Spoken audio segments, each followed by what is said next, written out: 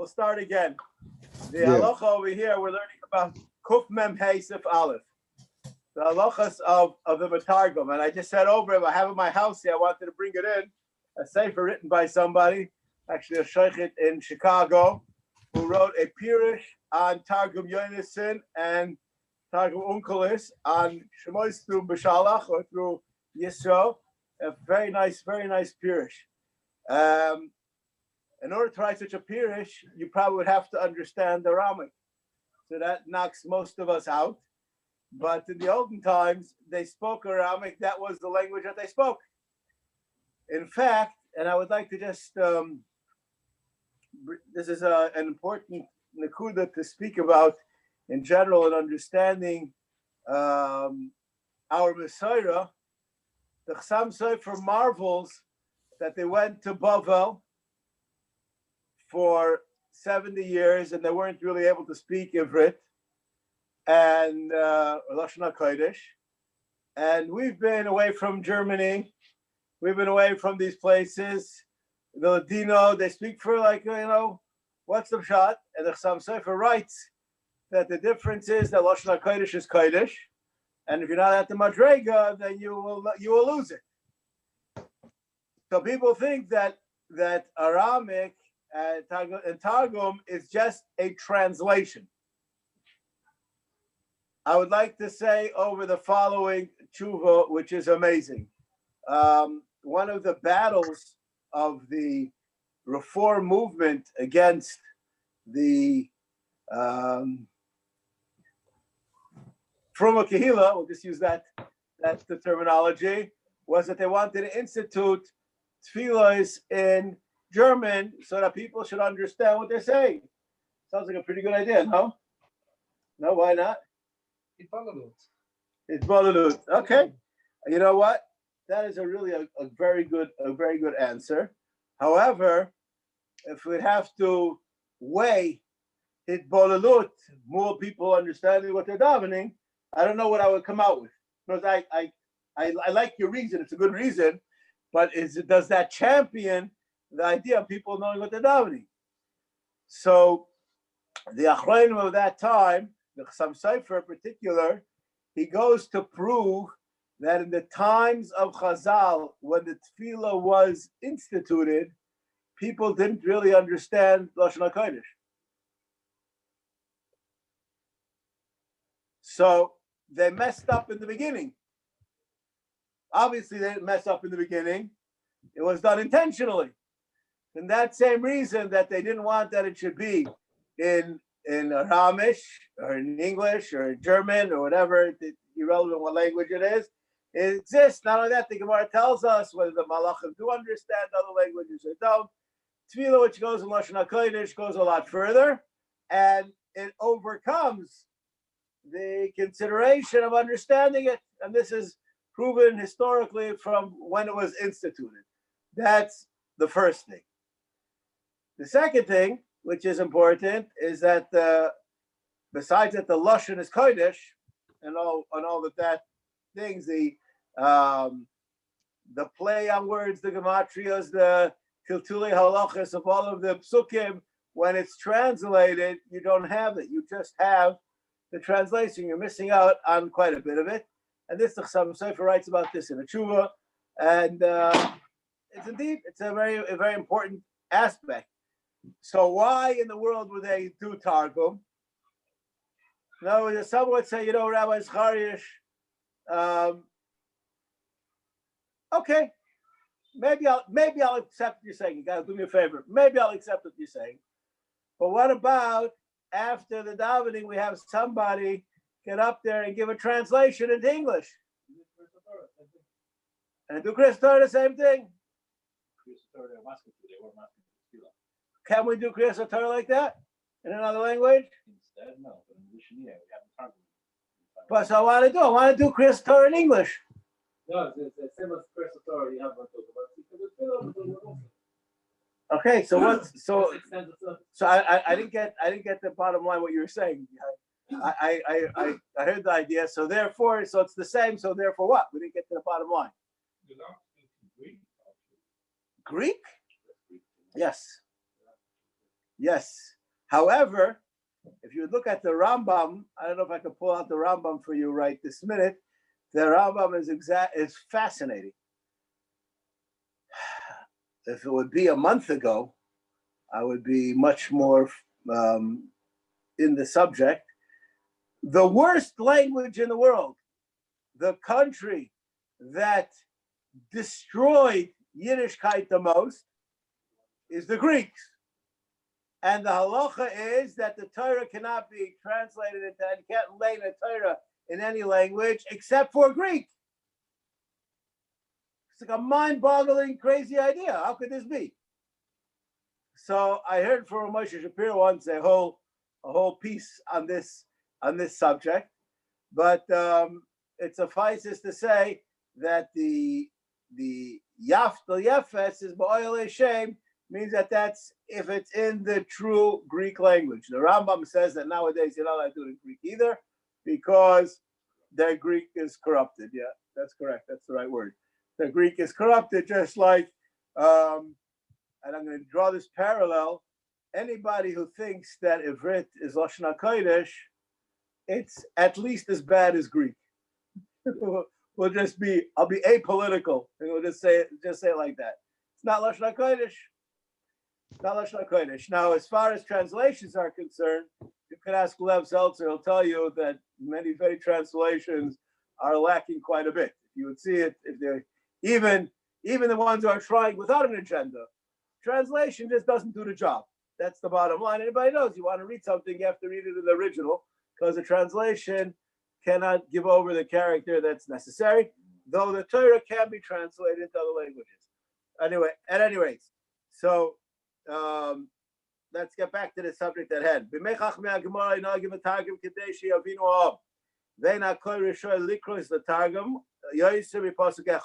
You can't do more than a pasuk at a time. No, it has to be time for the person to be metargum it and keep in pace, so to speak. The person can't start translating until the Chazan, the Balkaira, finishes what he's saying. You have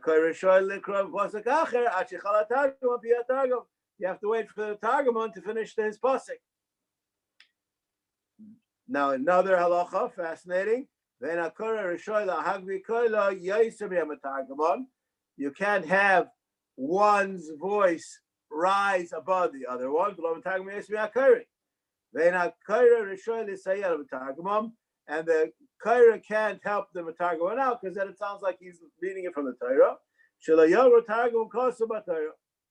The Kitzer, what I just said, if you ask me in summation, is that the Targum is as important as the Torah itself. In other words, we don't want one to be besting the other, which is a fascinating thing.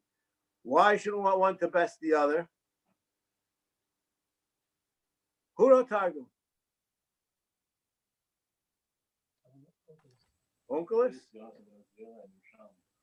Okay, so we have a bunch of masters over here. How was it written? Aramaic. Yeah. But what? Baruch HaKodesh. This is not a regular translation. This is a God-given translation. And that's what sets the Targum apart from all other translations. It beats Sansino, nothing personal. But anyways, how did Onkelos reach? How did Onkelos get to that? Wasn't Onkelos a boy? A Tana. Right? It was a ger. He was a ger. Right. Yeah. Right. So how did he reach such a high level that would put it in the classification of even the Torah? I'm baffled at your question. The Gemara says that Bnei Banav shel Haman limdu Torah b'Bnei Brak. Rabbi Akiva was an Amoritz. Now, I want to tell you something. I think sometimes about people that are Gerim, people that are Bali Tshuva, and I feel very, very small.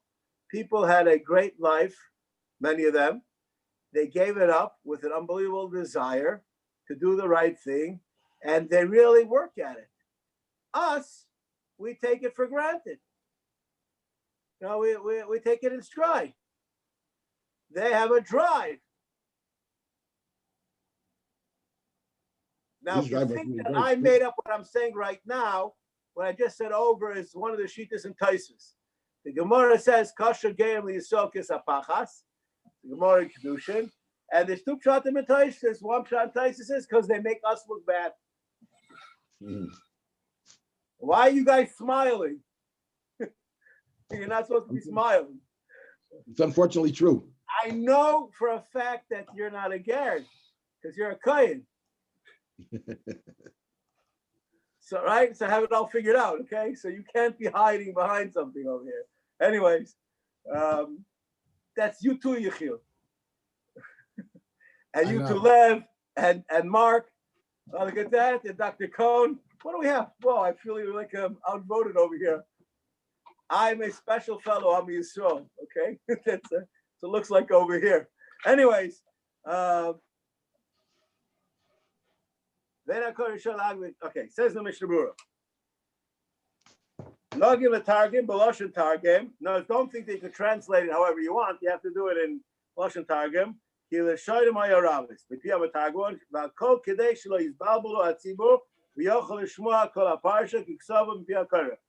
to hear it from the Korah. Now, I just want to point out something which is fascinating. The Shulchan Aruch Harav in Hilchos Talmud Torah tells us that if a person says Torah Shebiksav, even though he has no understanding of what he's saying, he's still Makayim a mitzvah of Limud Torah. And the reason for that is because the words of Torah Shebiksav is Torah. So you said Torah, that's called your Makayim mitzvah of Limud Torah. Whereas Torah Shebal Peh, which that's an explanation, there's no idea of the words of the explanation. It's you have to understand it. Yes, a person is supposed to learn out loud even when he's learning Torah Shebal Peh, Gemara and Eruvin, but he says you're not Makayim Limud Torah unless you do it, unless you understand it, if it's Torah Shebal Peh. So if what I just said is true, so Torah Shebiksav, you don't have to understand. So why do they have in the Targum?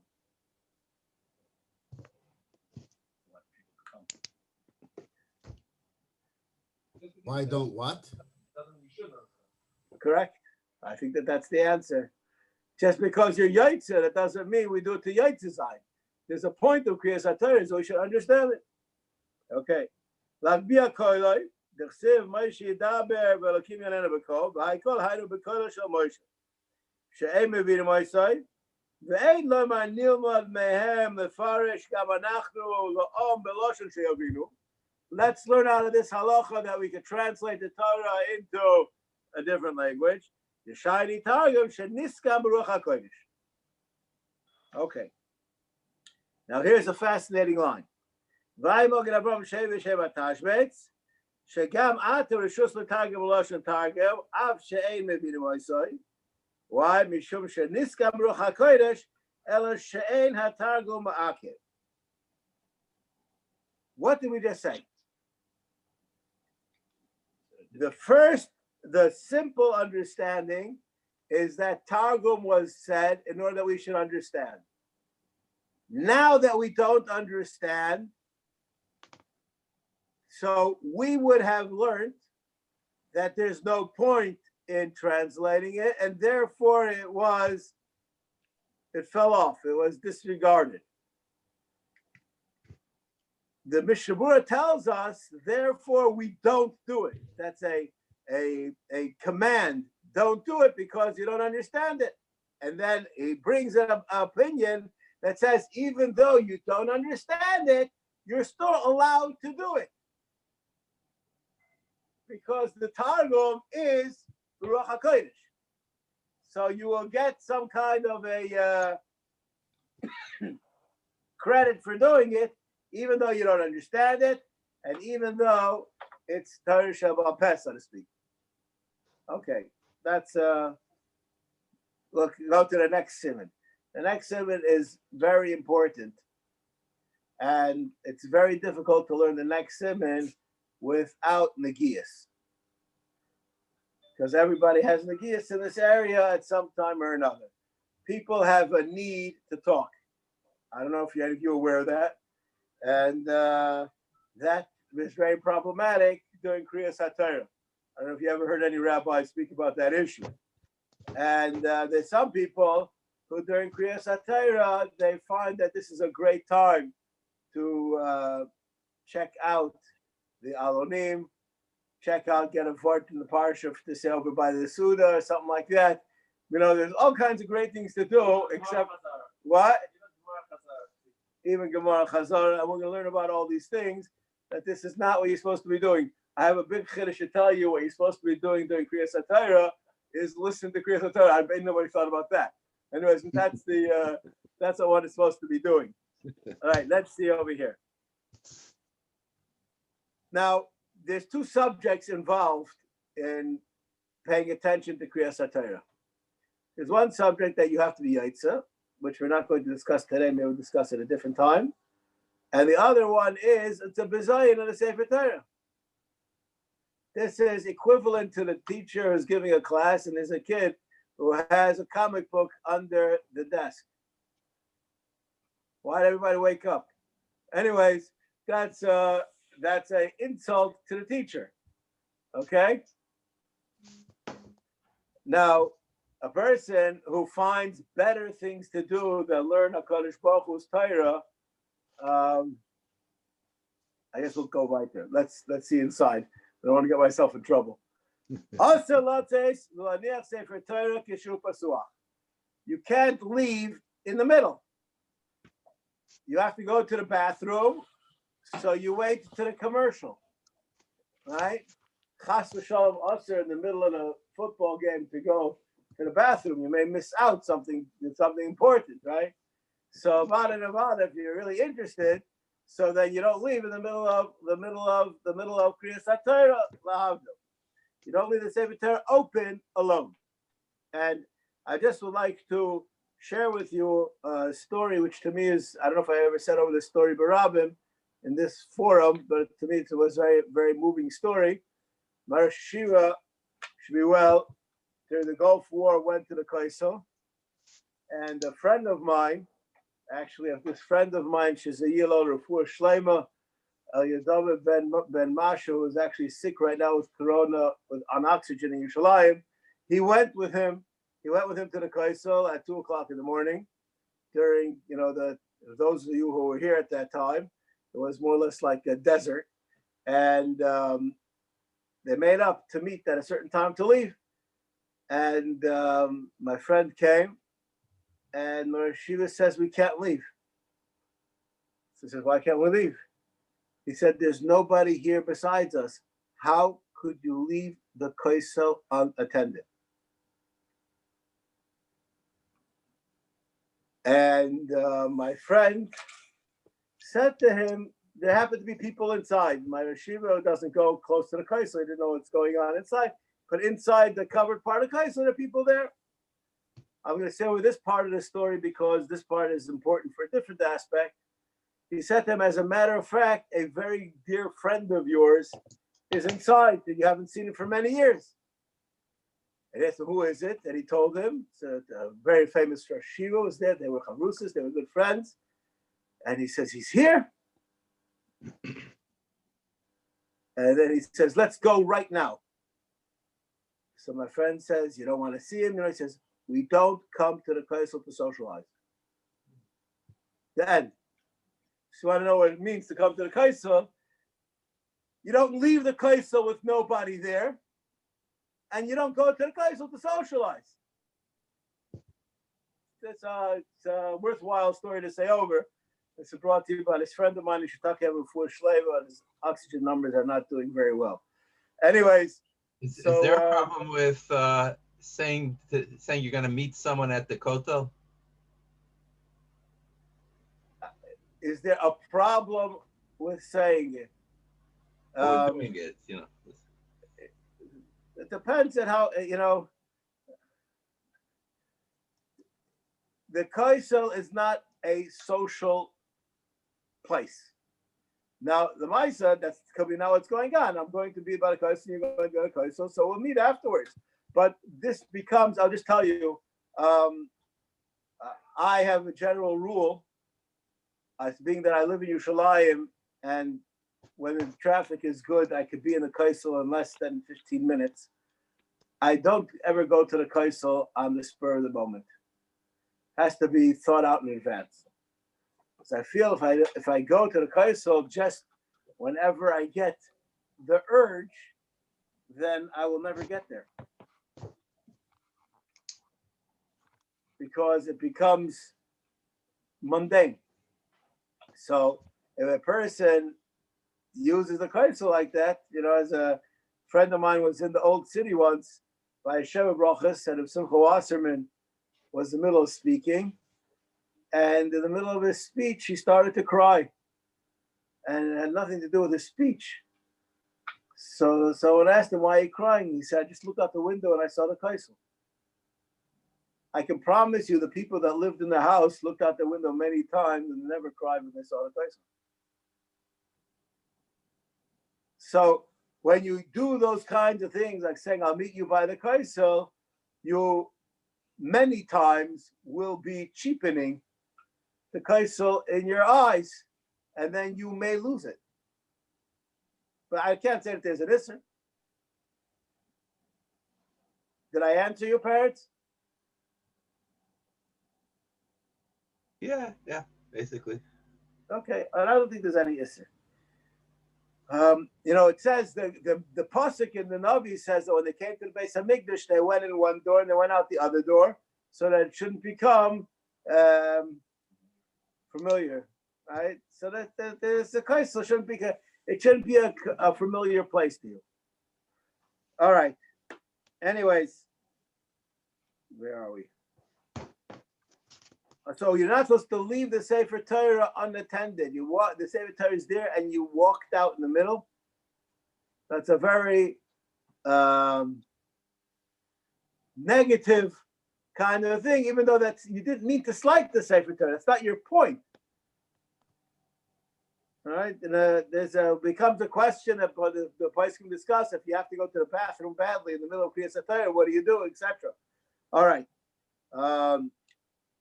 Mr. Brewer. Mr. Brewer, thank you. Also, Lottes, al zeh nemar oiz ve'Hashem yichu, u'metagim deshkafki araisa, Hashem ishtetzun. They will be, so to speak, destroyed. Va'afilu ika asar detzais the Sefer Torah zulasai. Even though you're not needed. Now, the subject over here isn't about that you're leaving everybody high and dry. That's not the point. The point is that you left when the Sefer Torah was here. You already heard Kriyas Torah. You have no obligation. It's not talking about your obligation. This is talking about that it looks like it's not important to you.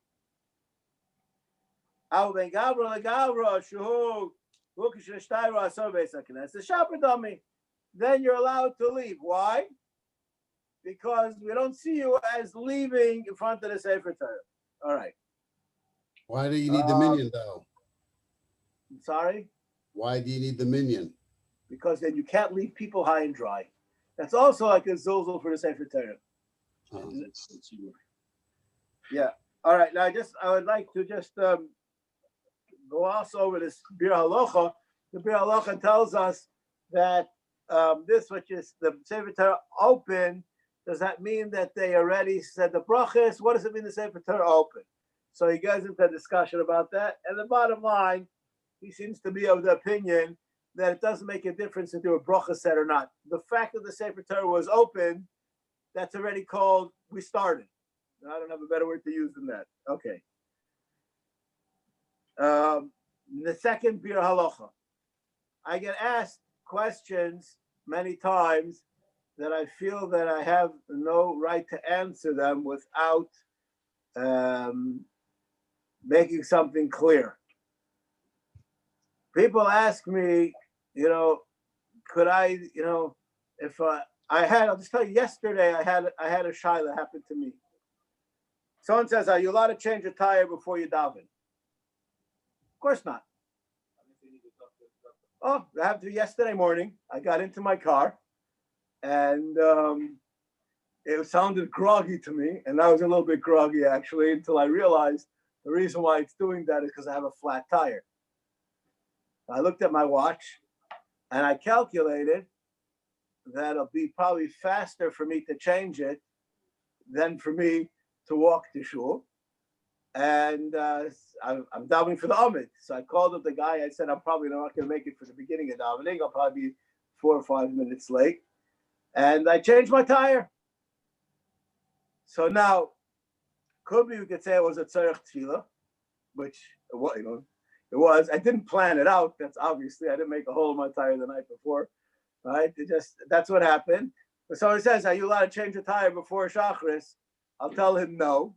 And then he said, but Rabbi Chayesh, I just saw you do that. And Kesha ben Anosim, right? The one is planning it, one is not planning it. So there's certain times when people do things. And I think say this over with a joke. There's a yeshiva in this country that is very, very militant, and they don't allow the bochum to come late to anything. And one of the bochum, after like being there for a year's time, he missed Shachris, or he came late to Shachris. I have no idea, by the way, if the story is true or not, but it's a good story anyways. And no, I'm not going to tell you which yeshiva it was. And the bocher gets approached by the man on charge. And he says, what happened to you? How come you missed Shachris? So he said, Zachat Pami. Okay, so let him off the hook. He's ready here a year's time. Chat Pami, fine. A year later, the bocher misses Shachris again. So the guy in charge comes to him and says, no, what's with Shachris? He said, Chat Pami. The guy says, didn't you use that excuse last year? Now this bocher was no nitwit. He says, yeah, it's Chat Pami, but sometimes you use a kos Chat Pami twice. So the guy in charge also was no nitwit. He said, that's true, but you eventually throw it out. So you better watch out what you're doing. Anyway, so the Bir Halacha says that you're allowed to go up and gavra legavra. So does that mean I can make a habit of it? Says the Bir Halacha, ayin tashmish shekos davka k'sheira adover ba'akroi ba'alma. That's only if it happened by chance. Avu k'she'osin zeh Torah near porek ol Torah u'kemat shani omer aleihem oize Hashem yichlu chas v'sholom. So what he said in English was that could be technically you're okay, but the spirit of the law you broke, and in spirit this pasuk is applicable to you too.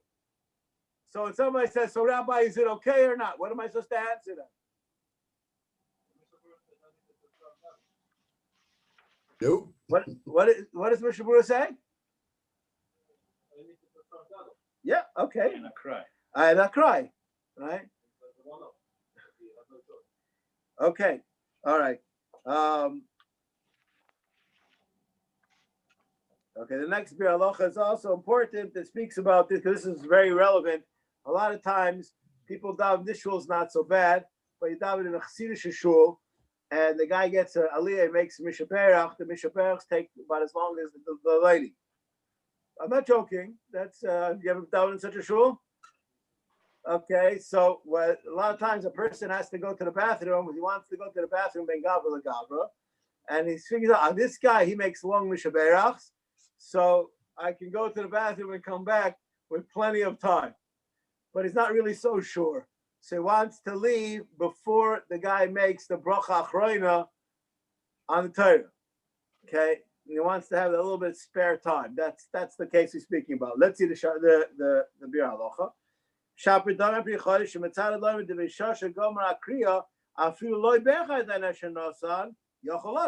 long as the Torah part of it is finished, so they're not called an Oizei Hashem. Why? Because we finished later.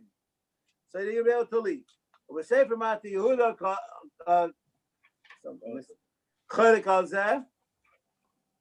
Da bracha shaycha lekriya v'chashiva kavose, and you have to wait till after the bracha. So Vadai, it's better to wait.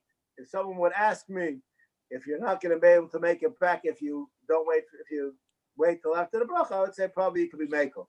But it's not so simple. All right, wait for the next guy who has a longer mishaberach. Anyways, next halacha. Kivon shehischal hakori likros b'sefer Torah, also lesaper afilu b'divrei Torah, even though it's like mino, the same thing. Torah l'gzer shava. So what's the difference when I'm listening to the Balkaira or I'm saying my own divrei Torah? You know, it's a nice word on the parsha to say. Va'afilu ben gavra legavra, one should not speak. Va'afilu im hishlam parsha. If the guy himself already was ma'aber etc. Now this is a very difficult halacha which we're about to learn right now. We're gonna have to see the bir halacha, and I don't think enough we'll have time for that today. Maybe. V'yesh matirim ligrois b'lachash, that while they're laning, you're allowed to learn quietly. And the idea behind that is learning is there. Not like the people we said before. That there are 10 people that are listening to the Kriya. Mutter lesaper b'divrei Torah. You're allowed to speak learning. V'yesh matirim, that the heter is only applicable. Lemisha Torasa yumnosai. V'yesh matirin. The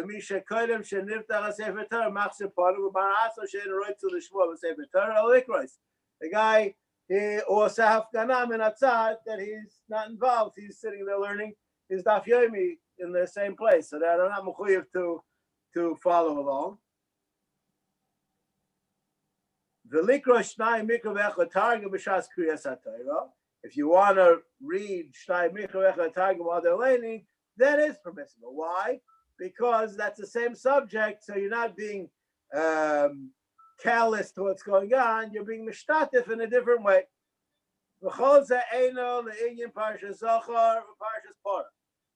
I just said right now, all these atayim are not relevant for Parah and Zachar. Shehem basar midoraisa, that those are basara midoraisa.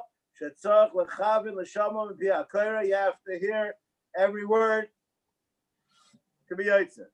V'hanochon shebechol aparshas lebedaktek midvara v'lechav hedaito l'shamam v'pi hakora. What's the right thing to do? Not look for a terror.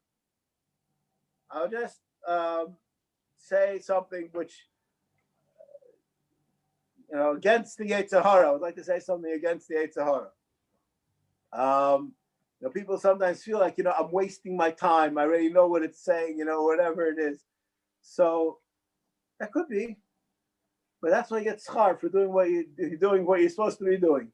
This is the nachon, is that a person should be paying attention, and even though to you feel like you're wasting your time, that's what your mitzvah is. The only thing you can use as a comparison to this, and I believe it's a good comparison, is sometimes I know this story from Rabbi Scheinberg. He came to Rabbi Scheinberg, he complained that on Shabbos he had Baruch Hashem has a bunch of boys, and he doesn't have a chance to learn on Shabbos. He's busy doing Aleph, Beis, and Chumash with his boys. So Scheinberg looked at him and said, I don't know what you're talking about. You've become the mitzvah d'oraisa of learning with your son. You're not being Mekayim that when you're learning your Taisus or your Rajba. It's not wasting time. That's doing what you're supposed to be doing. The Chassam Sofer says that Chassam Sofer used to daven along Shemona Esrei. Somebody said, I could learn the whole Masechta while waiting for you. He says, yeah, but the Chazal say the person who davens long, Marichim lo shenoisav, he's going to have a long life. So I'll have a long life with a long davening. You're not getting anywhere any quicker. There's no shortcut. So a person feels that you need a boost, you do the thing which is the right thing, you'll have siyata d'shmaya, I believe, in other areas and other areas. Okay, let's go. Let's see a little bit inside.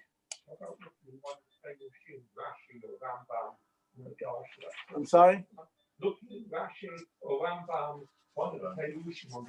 When? Where are you? The poskim say one shouldn't really do that, if I remember correctly, because it just says Shnai v'kivecha targum. Why didn't it say in Rashi? So the Beis can say that it doesn't go. It's Dafka Targum and or Shnai Mikra. If I'm not mistaken, that's what they say. It's not a sheet that holds Rashi's like Targum. For Shnai Mikra. All right. But again, you're talking about on the parsha itself. Yeah. So Rashi you'll be able to do. Because Rashi, I don't know about the other Mefarshim. Let's see what where are we? Yeah, boys, the Dalit. Kiva Shescha, Mogabum Mitzad Leimer, the Bishash Diftach Sefer Torah. I feel like Hischa Dayin Nakari Likras, Gavkenos, Chemashu, Grob, and Yurod, as long as it's open, like we discussed in Bialacha. So I feel with the Torah, before the Chayin Lefarish the Torah, the Hundred Salah, Kadim Shashaya, a lot of Shashaya, awesome. You're not allowed to even answer a question. The guy's doing something wrong. You see the guy's biting his nails or something like that on Shabbos, you're allowed to tell him.